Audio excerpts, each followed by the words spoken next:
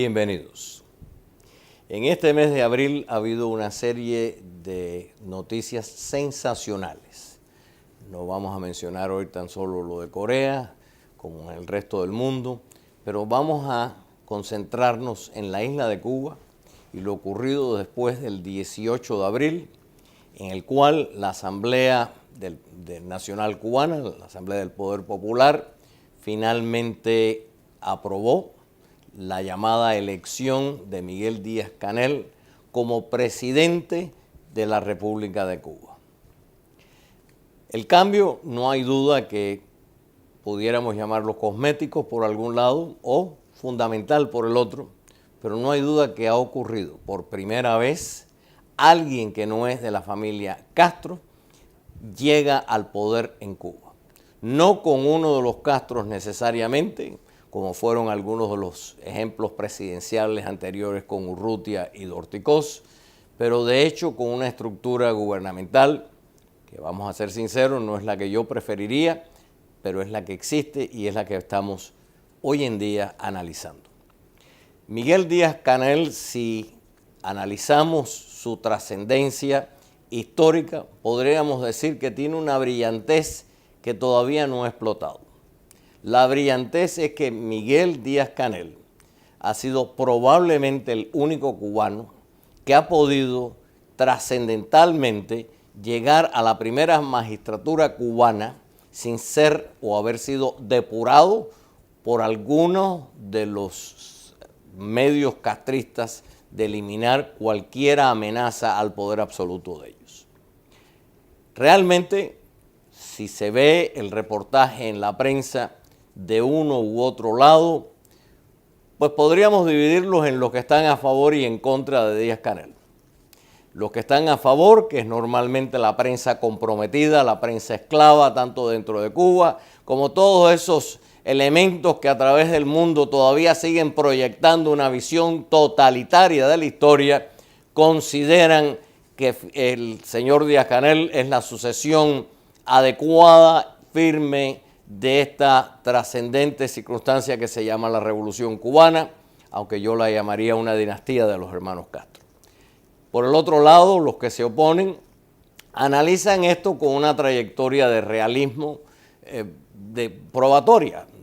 Realmente los alemanes, los franceses, la prensa internacional, aquí en Estados Unidos, definitivamente aquí en Miami, por supuesto, llega a la conclusión de que Miguel Díaz-Canel es un elemento incoloro, insaboro, insalubre, muchas veces piensan algunos, y es la continuidad de lo que aquí consideramos más de lo mismo.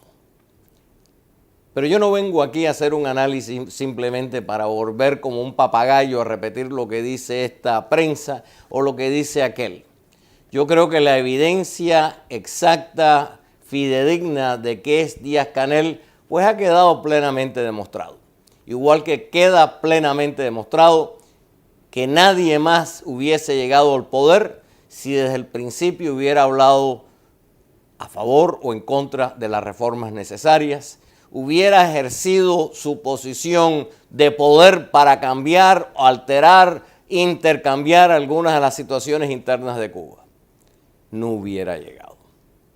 Por eso, realmente la pregunta es, ¿quién es Miguel Díaz-Canel? Y si Miguel Díaz-Canel tiene el coraje, la determinación y, por qué no decirlo, el patriotismo para efectuar en Cuba las reformas necesarias, las reformas que hagan a esa nación de una manera u otra independiente de las ideologías de turno o de los hombres fuertes que de una manera u otra a través de nuestra historia, vamos a ser sinceros, nos han estado asfixiando. ¿Quién es Miguel Díaz-Canel? Les quiero confesar algo que yo creo que los expertos, los politólogos, los cientólogos y los sabelotodos de un lado u otro ignoran. Yo quiero compartir con ustedes mi idea de quién es Miguel Díaz-Canel. Francamente, yo no sé quién es Miguel Díaz-Canel. Aquí están todas estas evidencias a favor y en contra de Miguel Díaz-Canel. sinceramente, yo no vengo a releer la prensa de un lado o de otro. Yo le diría a Miguel Díaz-Canel, si me fuese a preguntar, y no tiene por qué hacerlo, porque al fin de cuentas yo no estoy a favor del sistema que ellos han propugnado. Yo he sido un combatiente inclusive a ese sistema.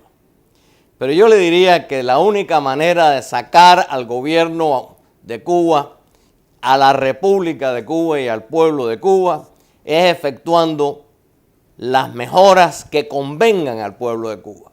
Las mejoras que hagan efectivo precisamente que una economía funcione.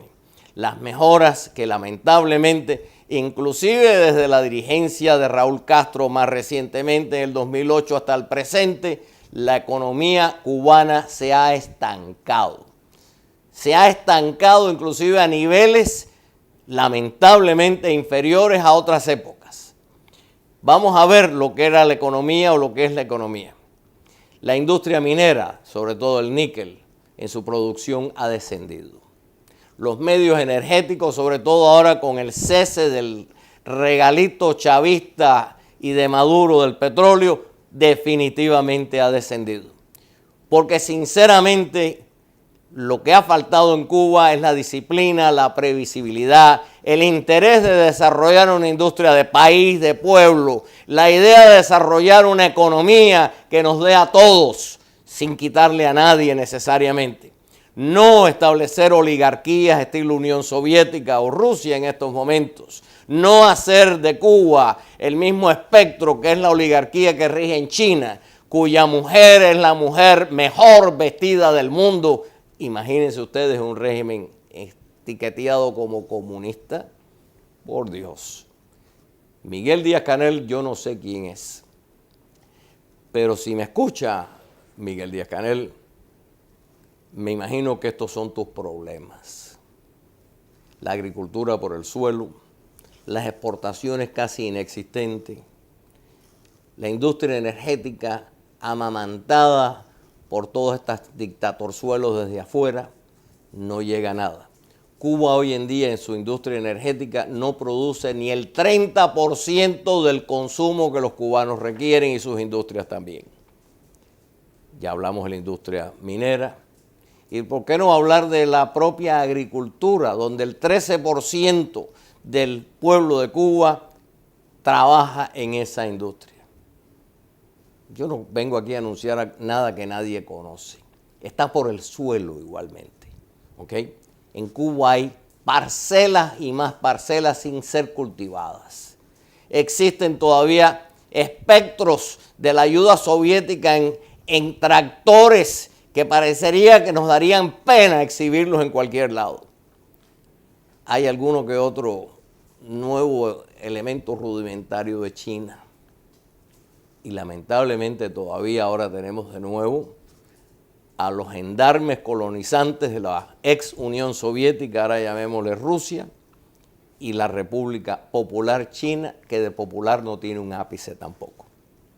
De nuevo se han colado en Cuba, han aprovechado precisamente lo que está ocurriendo en la geopolítica mundial y amenazan desde Cuba a lo que es el territorio norteamericano. Yo no sé qué va a hacer Miguel Díaz-Canel. Si Miguel Díaz-Canel va a hacer más de lo mismo, olvidémonos de Cuba. Si Miguel Díaz-Canel va a darle una infusión a la industria privada en Cuba que estaba consiguiendo de una manera u otra una gran cantidad del porcentaje de personas que laboran en ella. La industria turística con su unión con compañías internacionales y el comercio interno, que ha derivado en salarios honestos y buenos para esa población industrial, pues definitivamente yo creo que hay que verlo. Pero lo que tiene, si me permite Díaz-Canel, y si no me permite se lo digo igual, porque yo no me debo a Miguel Díaz-Canel, igualmente como no me debo a ninguna de las nomenclaturas que nos rodean aquí para asfixiarnos y que todavía pretenden seguir en el siglo XIX en lo que es la geopolítica cubana. hasta que no se termine la hipercentralización del Estado cubano en manos de unos pocos. Llámense los Castros, llámense sus descendientes, porque todavía su ex hijo político es un factor que controla 50 de las industrias más importantes del país. Su otro hijo es un factor dedicado a compeler, a abusar y perseguir a los disidentes cubanos. Yo creo que lo que nos queda adelante para Cuba y para los cubanos es la capacidad de abrir la economía, de quitarnos todos estos complejos de inferioridad con la inversión extranjera, que debe ser regulada, pero debe darle la oportunidad de contratar sus propios obreros, debe darle la oportunidad de que no se le puede poner un impuesto a quienes trabajan ahí del 95% de su salario. Debe haber la oportunidad para que las gentes creativas, la capacidad industrial, la iniciativa de ese pueblo que ha demostrado que aún en la penuria es extraordinario, hay que liberar a Cuba y a los cubanos de las fuerzas negativas que impiden ese desarrollo. Si Miguel Díaz-Canel no entiende o no puede o no tiene lo que hace falta para ser patria, seguiremos en esta misma serie luctuosa que lo único que ha hecho de Cuba es un país paupérrimo, con una población que lo único que puede hacer es emigrar a vivir de las dádivas de extranjeros o simplemente conformarse con la humillación de no tener patria. Yo le doy la bienvenida a Miguel Díaz-Canel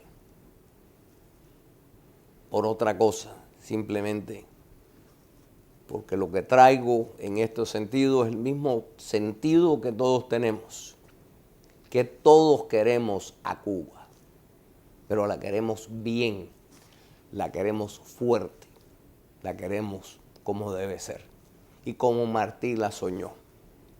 Nosotros desde aquí estaremos en la expectativa y lamentablemente no hay alternativas.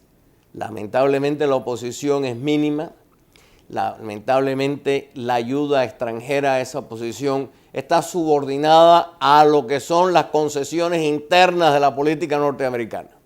Es hora ya de que Cuba sea de los cubanos, no de los Castros, de los cubanos. Que la economía sea de los cubanos, no de los burócratas, no de los militares, no de los oligarcas, de los cubanos. Es hora ya que la empresa crea, que la tecnología disfrute, que se expanda, que la sabiduría, que el tesón de ese pueblo deje de ser esclavizado y aguantado.